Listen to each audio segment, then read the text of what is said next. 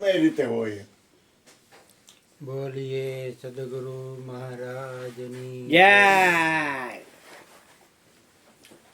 આપણે સત્સંગ ચાલુ થયો પેલા ગોરધનભાઈના હાથ દુખે ને ડૉક્ટરની વાત થઈ એમ એટલે એક વાર હમણાં કાલે મેં જોયું હતું યુટ્યુબમાં એવું લખ્યું હતું ભાઈ કે ભગવાન પાસે ન જવું હોય ને તો ડૉક્ટર પાસે જવું અને ડૉક્ટર પાસે ન જવું હોય તો ભગવાન પાસે જવું.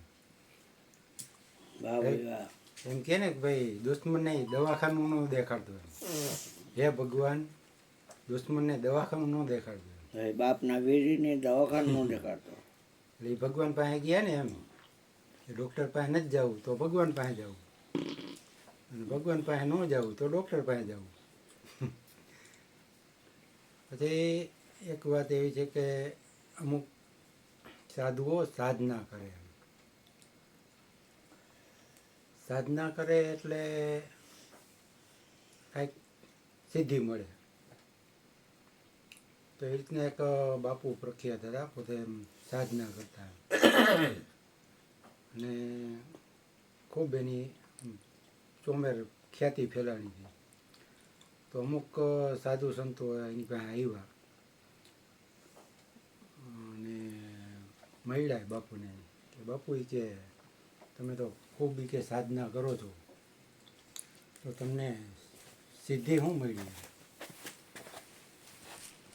એટલે બાપુ કે સિદ્ધિ મળી એ મહત્ત્વની નથી પણ સાધના કરવાથી આત્મકલ્યાણના માર્ગે જવાય એ સાચું એમ સિદ્ધિ મહત્ત્વની નથી એમ. છતાંય આ લોકોએ કીધું એટલે એણે પોતાનું જે શરીર હતું સૂક્ષ્મ બનાવ્યું સૂક્ષ્મ બનાવી એવું સૂક્ષ્મ બનાવ્યું કે એક બાપુ આમ ચલમ પીતા હતા ને એ ચલમમાંથી ગળીને પાછા બહાર નીકળી ગયા ને પાછું પોતાનું સ્વરૂપ પ્રગટ કર્યું ઝીણા બાવા એટલે એ એટલા ઝીણા થઈ ગયા એમ એટલે પછી એને એવું નામ આપ્યું કે ઝીણા બાવાની મઢી ને એવું પેલો મુકામજી સરસ સરસ. ને સાધનાની વાત કરી તો એ આપણે અહીંયા સત્સંગમાં સાંભળી છે સિદ્ધિની કે બે સાધુની વાત બાપુ સત્સંગમાં ઘણીવાર કહે.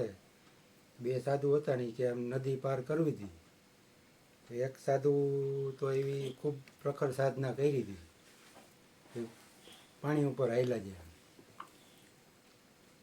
એટલે એને કીધું કે તારે આવું છે કે મારી પાસે કેવી સિદ્ધિ નથી કે તો હું કે સાધુ બન્યા જોઈ કે હું પાણી ઉપર હાલ્યો જાઉં એ ઓલા બાપુ એ કે અહીંયા કંઈક નાવ હોય અને નાવમાં બેસી ગયા નાવમાં બેહીને પાર કરી રૂપિયામાં ઉતરી ગયા.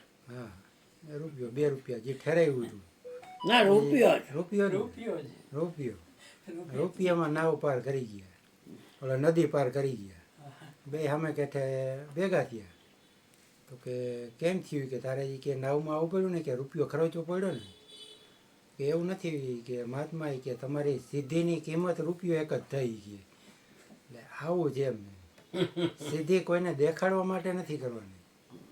સિદ્ધિ મળી જાય સાધના કરો તો સિદ્ધિ મળે પણ એને જગત કલ્યાણે કે આત્મકલ્યાણે વાપરવી એ મહત્વનું છે.